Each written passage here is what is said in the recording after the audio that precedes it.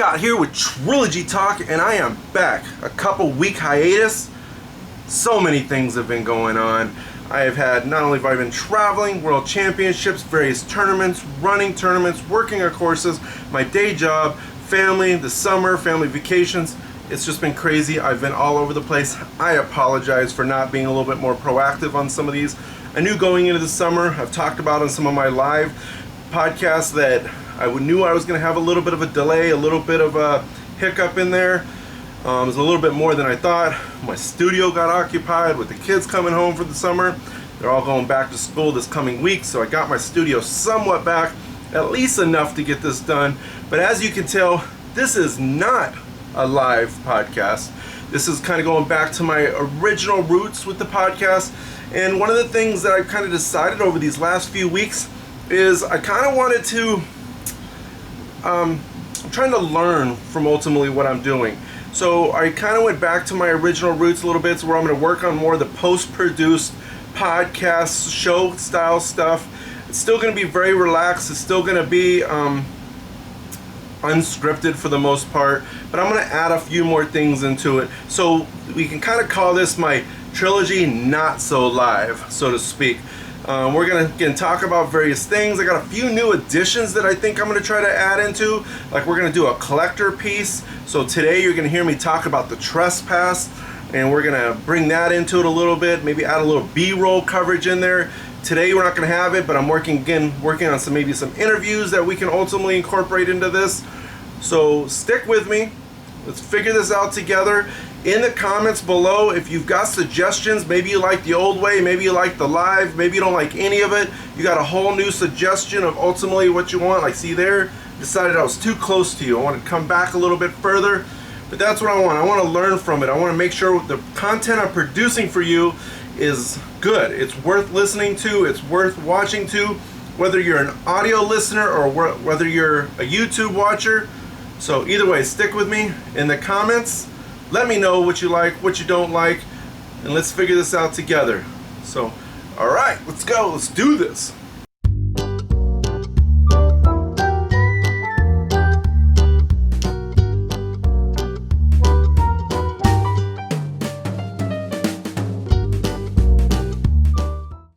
All right, guys, I am back. And as I said, Scott here with Trilogy Talk.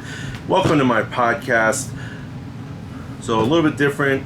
If you watched a lot of the different things that I've done over the last, this year, because I kind of started at the beginning of the year, I've been kind of changing up a lot on ultimately on how I'm creating the podcast. I've gone from sit downs where Derek Burkert was with me, trying to do a few things of my own, breaking up the pieces, to Trilogy Live, creating it live to where it wasn't so live, back to this. And part of creating any kind of creative media is trying to find, what do I want to do? How do I want to create this where I'm bringing good content to you? What's going to bring in the most followers and the most views, the most subscriptions, things like that. And not so much from, I don't know what the right word is, more of just an interactive approach. I really want people to be interactive, comment, talk to me, ask me questions, participate. But contribute. Contribute's a big word ultimately that I use. So I try to come up with these different videos to bring that interaction so we can all contribute to the betterment of disc golf in general. But for this podcast, it is called Trilogy Talk, so we are a little more specific, aiming at the trilogy world with Dynamic Disc, Westside, and Latitude 64. But I do like to talk about everything disc golf related. So those who are watching it for the first time, just because it has Trilogy Talk in the name, don't be misled with that. It is not always. I mean, yes, a lot of my giveaways when I do those are going to be trilogy discs. We're going to talk about specific trilogy discs once in a while, specific players, but I'm not against talking about Paul McBeth and Calvin Heimberg or Ricky Wysocki or anything like that. So I enjoy talking about all of disc golf, because really at the end of the day, I am a trilogy fan, but I am a disc golf fan, as a lot of us are. It doesn't matter to me which manufacturer that they're throwing. I still want to watch them on Joe Mez or Central Coast Coverage. I still want to watch them live and in person when I go to those. I don't walk past a non-trilogy player because they're not trilogy. So just to kind of put us all on the same page, for those who are watching for the first time, or even for those who don't always understand where I am ultimately trying to go with this. So, all right, guys. So the last several weeks have been crazy busy for me. Like I said, I went to New York and then I went to Vermont, participated in the Masters World Championships, missed the cash by 1 stroke, missed the semifinals by 3 strokes. And I can find those pretty easily, but it's by far the best major I'd ever participated in. So close. One of these years I'm going to make that cut. My next major is the Tim Selinsky, the U.S. Masters up in Maple Hill here in September. So that is my only goal. I have been playing quite a bit more since Vermont, and hopefully it pays off. And I feel like my progress has gotten a little bit better. This past weekend, I participated in 2 local C tiers. Not a lot of players in my MP40 division, but I won both of them. The first one, like I said, was a little bit less players. There was only a couple of us.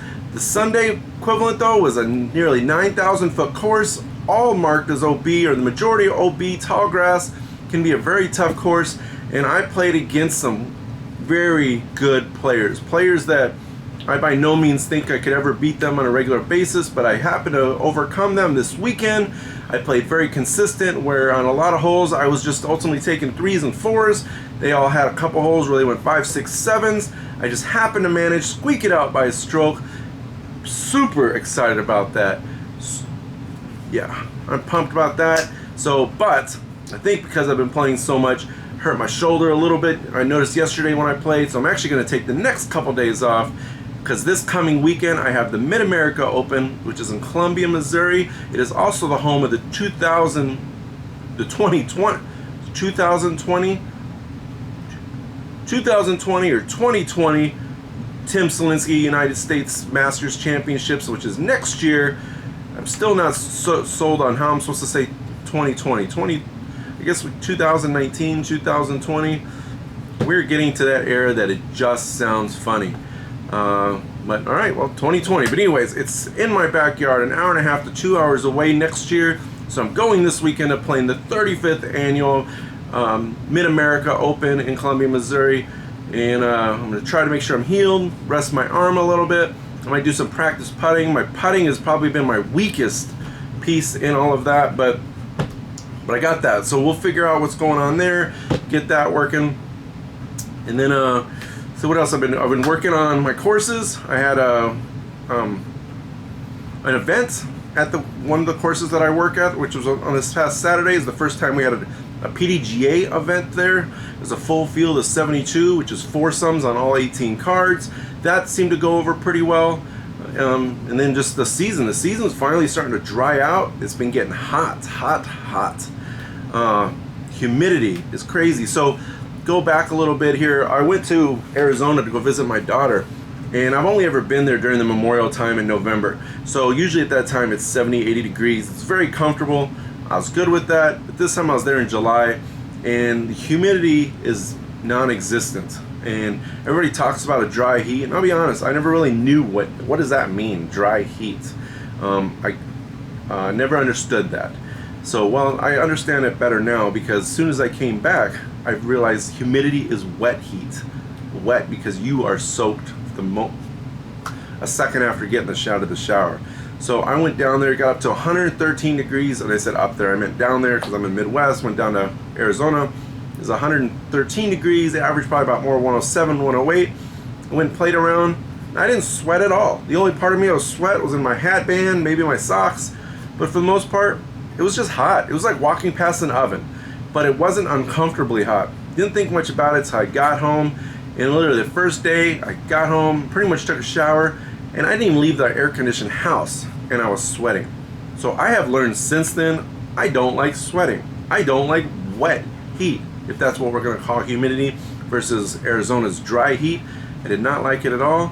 But yeah, I don't know what else to say about that. It's been hot. But since it's been hot, I've been able to catch up back on my courses. I maintain 2 disc golf courses, for those who don't know, and I've been able to do 100% mows. Finally getting everything the way it's supposed to where I can catch up on all the destruction that happened on those courses during the spring. But yeah, I'm pretty much back to where I want to be. All right, so one of the things that I wanted to do with a little bit of the transition of this podcast was I wanted to add something that I thought would be beneficial to everybody. And one of the things that I probably love the most out of disc golf, Trilogy disc golf, probably what a lot of people who know me outside of my local area know that I'm a big collector. Behind me, you can see my little overshadow of my collection. If you watched any of my past podcasts, you've been able to kind of see part of my collection. Me and Derek Brookard at the Glassblown Open have an exhibit showing off our collection. So I figured on each one of these episodes, I'm going to do my best to showcase a piece of my collection. Give you a little bit of history so you can see kind of what things are, what I have. If I have some history with it, I will provide it. If you know something about the history or you think my history is inaccurate, again, put it down in the comments. What I do is, and so try to explain how I want to. So I've been with DD, and I've said this before, since day one, well before being a manufacturer. I was a huge collector of Innova prior to becoming a DD collector. But what I was missing back in those old days were a lot of the old discs that I couldn't get without spending a massive amount of money. And I could only get the discs that had been out since I started playing, which still was in the late 90s, but there's still a lot of discs I was missing. So in 2012, when DD decided to become a manufacturer, I said, you know what, I'm going to be a DD collector. I'm going to collect stuff from day one. I have every email, virtually, not every one, there's a few gaps that I found, but virtually every email that DD has ever put out. I've logged the dates that those discs have been released. The idea has always been maybe to create a book or a site on the history of dynamic discs. So I have a pretty good, accurate information. But again, some of it isn't always accurate. Sometimes there's a difference between my dates might be a TFR date or a stock date. Some discs, like the Warden as an example, came out for almost 2 years as a TFR, a fundraiser disc, before it became a stock production disc with the stock Warden on the front, or as an everyday produced discs. Sometimes DD will even just put a bar stamp on it and put it on the wholesale order form, but I don't call that a stock because once that runs out, they are gone. Stock, for the most part, has the ability or the intention to be replenished before they run out. Again, now when a disc becomes retired or out of production, sure, they'll let those diminish, but for the most part, stock production is with the intent that they're going to continuously run those discs for the purpose that you can easily get them. So the disc we're actually going to start with on this one is the Trespass. So here I have a Trespass.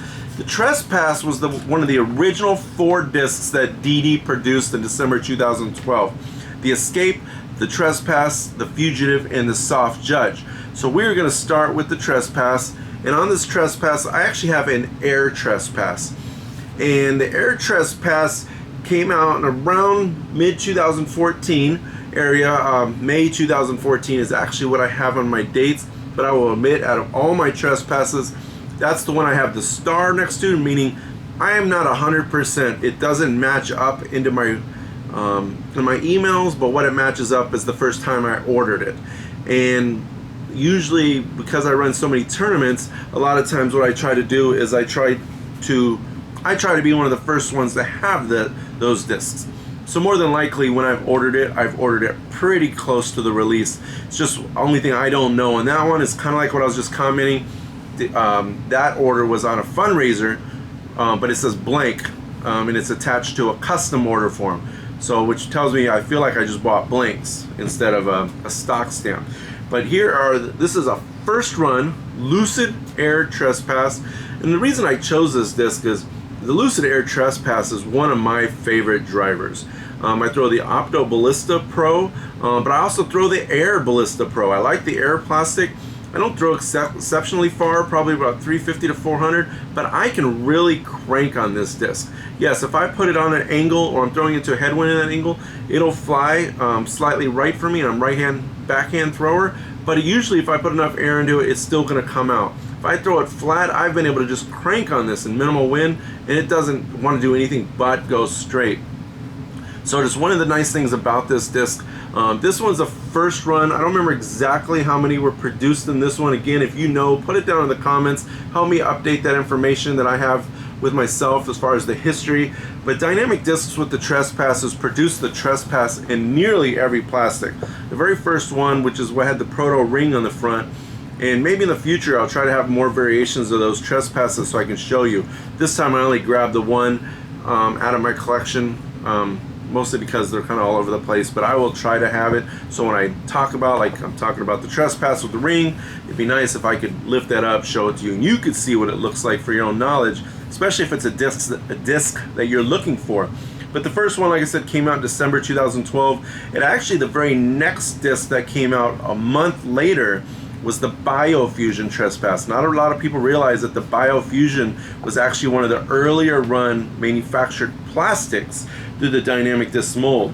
2 months later, the Fusion line came out. Those also came out in first run.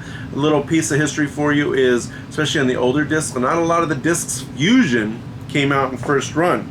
And then the Moonshine came out about 6 months later. The Moonshine, the very first Moonshines, and again, it's where some of my information comes out, but the first available wholesale Moonshine had had the DD corner on the stamp. I feel like there's another one. I know like the Truth has the Truth and the corner stamp. The Trespass off the top of my head is just the corner stamp, but I'm certain there's a second one. I just don't know that one. But that was available in that production. That's what they considered the first run. And then those were also available at TFR in the Moonshine. It didn't become stock till nearly a year later in May of 2014 is when the stock production Moonshine Trespasses came out. In July of 16 is when the Prime came out, and like I said, the first run Air came out in May of 2014. So a little bit of history there on the Trespass. Again, any questions you're not sure, put it down in the comments. One of the reasons I put this out there is it's to give a large audience I can give that information to, but if I'm off on something, somebody's going to hopefully correct it. So it's not, don't worry that if you're correcting me, I'm more than willing to handle it. I can take it, but I want my information to be accurate. If it isn't accurate and you post it, I'll tell you that it's not accurate, and I'll even do my best to show you or tell you how I know. So most of those dates that I have, I am trying to verify with them. So I may go to DD and ask them to look up their information. I may go back and look at one of my old emails, old documents. Sometimes there's COAs. So I'm working on trying to find accurate dates. I'm not just making them up off the cuff. I am trying to legitimately figure out when those are available. So, all right. So for this week's Collector Corner, I need a cool name. Like, what's up, Scott? What's a cool name that I can do? Collector Corner seems like people have done it. I need to be able to talk about a collector disc every week, have a cool, catchy name for it, so I can maybe create a little intro with all kinds of little. Okay, that was a little over dramatic, but all kinds of graphics to make it more exciting when that part of the podcast comes up. But yeah, this week we talked about the Trespass. All right, something cool that I saw happen this past week that I don't feel like it's been talked about a lot. It was announced. I did look earlier. There's not a ton of details out there that I've been able to see. But did you know that the Disc Golf Pro Tour Championship is going to be held in Emporia, Kansas? That is pretty awesome. The last few years, for those who don't know, the Disc Golf Pro Tour has been in Jacksonville, Florida, I believe, over the last couple years. It's where they had the missing railroad tie incident that happened in the championship, where I think it was Nate Sexton's disc rolled out of bounds because a railroad tie, well, it wasn't missing, but there was a gap in the railroad ties to indicate like it was missing. From my understanding, it was always not there, but it just kind of was an unfortunate situation that happened during this time. But either way, it seemed like a good location. But this year, kind of we're here nearly August, and they hadn't announced where the Tour Championship was going to be. And they just announced that it's going to be in Emporia, Kansas. Doug Mirkus is going to be a big part of that, working with Steve Dodge. And they're playing Jones Gold. Jones Gold is a pretty intense course. For those who don't know, in Emporia here with the Glassbone Open, we have Jones East and Jones West. And typically you don't see Jones Gold because Jones East and West during the GBO, they need that separation of courses for the amount of players that they have.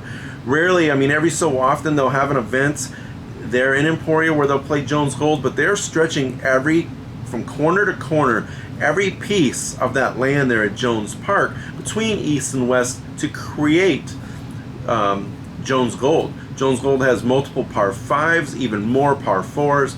It is a big course. It's a big stretch. But what I'm really excited about is that DD gets to be a part of that. Doug and his crew get to be a part of that. Here in the Midwest, at least close to me, again, I'm only an hour and 15 minutes from Emporia, here in southern Kansas City, is all those best in the world are going to be here. I don't know the exact dates. Sometime, I think August, maybe beginning of November, or not August, October, or beginning of November. I haven't been able to find the date, and I honestly didn't look exceptionally hard of when that is, but it's later in the year. It's typically after the USDGC, which is in the beginning of October, so it's sometime after that, a couple weeks typically from there. But to have all those top-notch players come in this area is pretty awesome. But just to have DD, have the Trilogy family, have their grip into that, to give, maybe grip's the wrong word because it's still a Steve Dodge production, but the local crew will be a big part of making sure and overseeing that it's successful and it's created to the best of its ability. But there really isn't anybody in the business much better than Doug and the DD crew. So to put that stamp on that event for the year, for one, I think it's going to help the Pro Tour. The Pro Tour at the beginning of the year struggled. They had a tough time with the media, and they've, quite honestly, I mean, they've been pretty quiet this year. I mean, the Pro Tour events seems like they're doing better. I see less and less negative things coming out from the public for the Pro Tour. I mean, this past weekend with Robert McCall and Dixon Jowers, they did the commentary for the Idlewild Open. That seemed to be overall pretty successful. Yes, everybody has their opinions about commentary and what they like about commentary, but it didn't make, whether you like them as an individual or their style of commentary, it doesn't make it unsuccessful. So I think the Pro Tour has gotten better since the beginning of the year. There's been a lot less drama and a lot less negative tone like there was at the beginning of the year, but there hasn't been an exciting tone from the Disc Golf Pro Tour either. I mean, the Pro Tour itself has just been quiet. It's just been there. We're promoting the events every week, or when those times come up with the fan votes or what's going on for the event, but I feel like there's less commercials, previewed commercials, like things that are happening during the week, and maybe they're there. I just haven't, if they are there, I have not seen them. I'm on the internet quite a bit, and I'm following those pages quite a bit. So usually I notice those things. So I'm not saying they're not there, but if they are there, I don't think they're as publicly available as I feel like they have been in the past. But talking about all the great shots from previous years, I feel like in the past, going into a tournament, they would show a little bit more about the history of that event, the great shots, the winners, saves, the best putts, things like that. I know they did a little bit of that in the off season, but I don't feel like they did a ton of that. So what I really like about the finale being in the Emporia is Emporia, Bobby Brown and his crew, Danny and Anthony, they're going to promote the heck out of that. They're going to have a lot of media, at least if they do it anything like they've normally done almost anything. And I can't imagine for the life of me that they would not be putting 100% into this to showcase, again, what DD can do. I think it's going to be a good end-of-year finale as far as public awareness goes with the Disc Golf Pro Tour. So again, excited for there. Make sure you pay attention to that. Hopefully between now and the remaining of the year all the way up to the Pro Tour, there's a few more events still to come yet that we got this year. Yeah, I mean, DD can only do good things, and I think it's good on Steve Dodge to have brought DD into it. Nothing against the Jacksonville people. I've heard nothing but good things about those courses, but I think there's still a different level. I don't know, I almost want to go as far as say Steve Dodge probably needed or knew he needed someone to help him get finish off the season strong, going into the 2020 season on top, or in at least a more positive light for whatever changes are going to take place in this off season. So I think Robert McCall is going to be there. A lot of team members are going to be there. Doug Yerkes is going to be spearheading it along with Steve Dodge, Bobby Brown and his crew with the media. I'll probably be out there in some capacity, probably trying to do something with Trilogy Talk as long as they will let me. If anything, I'll just do it from a personal perspective, or just taking in the action. Even if I don't get to do anything from a professional stance, I'll just go and take it in and watch it and be a part of it. I run a lot of tournaments, so I love seeing things from a different avenue or different angle. I have not ever seen this one before, so I'll be curious to see how that structure of the Pro Tour and the way that all the bracket style stuff works. So yeah, October, November, I don't know exactly when it is, but as soon as I know, I will make sure I let everybody know. I'm sure we're going to talk about this a little bit more going forward. So, all right. So, one of the other things I was going to chat about on Trilogy Talk this week is I actually saw someone else post it, and it made me think a little bit about it. And I saw a few I saw a few ways of doing this. And somebody went online and asked, it's like, how do you practice? How do you prepare for a tournament? And I probably do not do it very well. It is very comfortable for me, but I practice very, very little. I try to mentally focus on, I practice prior, but come tournament day, my focus is to just get acclimated to my environment, acclimated to the people, kind of find my happy place, so to speak, and chatting with my friends, seeing people, especially when I go to a tournament out of town. Like this weekend with Mid-America, I'm going to see a lot of people that I don't normally get to see from various parts of Missouri and St. Louis and Illinois and Nebraska that are coming down. So it's kind of like a reunion, and I put myself in that happy place. So even when I go to hole one, whether I know anybody or not, I'm already happy. I feel like I've accomplished something. I've seen people that I've been anxious to see, and I'm not worried about my game. Now, I do practice putting. I stretch a lot, so I don't ever want to be cold. I am nearly 44 years old, and yeah, I have to stretch. So if I don't stretch, yeah, I'm definitely risking injury from there. So I make sure I stretch. I try to putt at least just to get a comfortable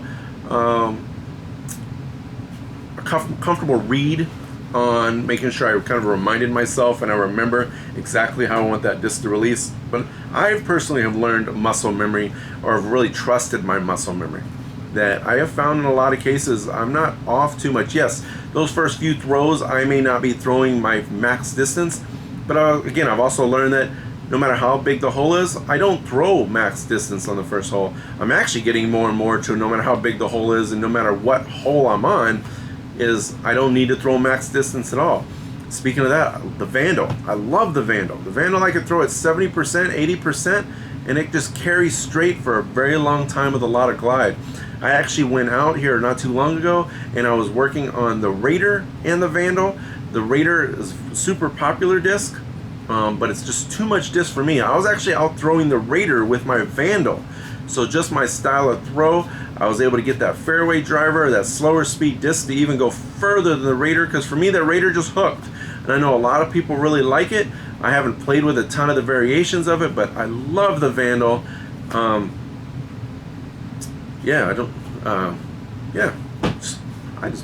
love the Vandal. I kind of brain lapsed there for a minute trying to figure out where I was going. So went into a little bit of rabbit hole on the Vandal. But anyway, so as I was out like this past weekend watching the tournaments, I watched how a lot of people play, and I was helping running the tournament. So the tournament check-in didn't start till 8. I was out there at 6:30, and there were already 4 or 5 cars out there. An hour and a half before check-in, 2.5 hours before start, and they were on the course. And as I talked to people and listened to people, some people want to play an entire 18-hole round before. Some people had needed 5 holes, 9 holes. Some people just needed to drive. So, I talked to one guy, and he's like, I need 100 putts in before that round starts. I had a guy who was watching, and we were talking, and he had to make a shake, and he had a Cliff Bar. That was his process. And some of it, I think, is just routine, comfortable mental routine. But it was crazy to me, all the different variations of the way to practice. So how do you practice? What's your routine? Does it involve something physical? Does it involve maybe the night before? You need to have a beer, in the morning. You need to have a beer at night. You've got to relax. I got to be in bed by 9. I don't need a lot of sleep at all. I'm just curious more than anything. What is your routine for preparing for a tournament. Like I said, for me, it's mental. It's just about being in place. It's about finding my happy spot, my zen. Just being excited ultimately that I am there. Alright guys, and so before we finish, as always at the end of this, I'm actually a few weeks behind or 2 weeks behind on my Patreon supporters. For those who don't know, everybody who's a Patreon supporter of mine, for a minimum of $1 a month, you get the ability to win some prizes. A lot of times they're discs that I have acquired or I've created. Sometimes they are discs such as what we just saw in the B-roll that are sponsored from Custom Stacks Discs. So we have 2 this week. This one is by Custom Stack Discs, and then this one is by the Midwest Amateur Championships, which is not this coming weekend, next weekend, August 9th through 11th. But starting here, we are going to do a drawing amongst my Patreon supporters. Again, for as little as $1 a month, it really goes a long ways to help. There's different levels that you can do to promote, but I give away these cool discs, cool items. I list you at the end of the videos just to kind of thank you and support you, but a lot of that stuff goes a long way, so anything you can do, we really appreciate it over here. But the first one, again, Custom Stacks Discs. It's a cool tie-dye disc here. This is a Lucid Getaway. It is 174 grams. So I did the drawing for this, and the winner for the winner for this disc was Zach Owen. Zach Owen is, again, he's actually a local guy about an hour away from me in Lawrence, Kansas. Very good guy, great supporter. I'm glad that he could win this disc. I will kind of say, for me drawing these, you're just gonna have to trust me. I'm drawing these ahead of time because these are, now this is post-produced, or even when I was doing live. I know a lot of different types of giveaways. You see them, they do random.org, and I do all of that. I just do it behind the scenes. So you have to trust me. I have 8 people currently in the Patreon subscribers. So far, this is the first time Zach has won, which has made it that everybody on my Patreon supporter list has won or has received at least 1 item so far. So I mean, if you're getting this as a minimum and you've only given $1 a month, I've only been doing this for 6 months, a minimum of $6. Some people have definitely gotten more, and we have at different levels for those guys. But again, appreciate it. Zach Owen, Lucid Getaway. Thank you to Custom Stacks, Patrick Manjaris. Appreciate it. So make sure you guys go visit him. Make sure you thank him. The second one, because I was behind 2 weeks, here we have a Moonshine Raider double stamp. This is on behalf of the Midwest Amateur Championships, which is really on behalf of Underpar Disc Golf Promotions, which is my tournament running company. Moonshine Raider, these are actually exclusive to me for the Midwest Amateur Championships. Derek Brooker with Truly Unique, he has been selling those, and I don't know how many he has left, but he has those out there. So if you're interested in one, just to go out and purchase, check out Truly Unique with Derek Brooker and see what he has. But the winner for this one was Keenan Deely. Actually, I don't even know if how you say his name. He's been doing stuff with me for years now. But either way, Keenan, great guy. I believe this might be the second, maybe even third time he's won. No, I think it's only the second time off the top of my head. But Moonshine Raider, little pop to it. You can see it. Raider's probably one of the #1 selling discs that are out there right now. A lot of people like it. So appreciate everything. So as always, if you want to support, you got Patreon, but there are other ways too that don't have a cost to it. Go to my Instagram, instagram.com/Trilogy Talk. Here on YouTube, you've got the subscribe button. Click that subscribe. Those subscriptions go a long ways also in helping into the growth. If you don't want to miss an episode, click on the little bell next to the subscribe button. It'll tell you and give you a notification of when I have uploaded one of my videos. If you want to be supportive, don't click you want to be supportive, but you don't want to be told every time something comes on, don't click the bell, but click the subscribe. Make sure you like, comment, share, and one of the most important things is I want you to contribute. I really kind of emphasize is go in those comments, tell me what you like, what you don't like, what we can do as a community to make things better. So until next time, keep sharing the Trilogy love with the world. See ya!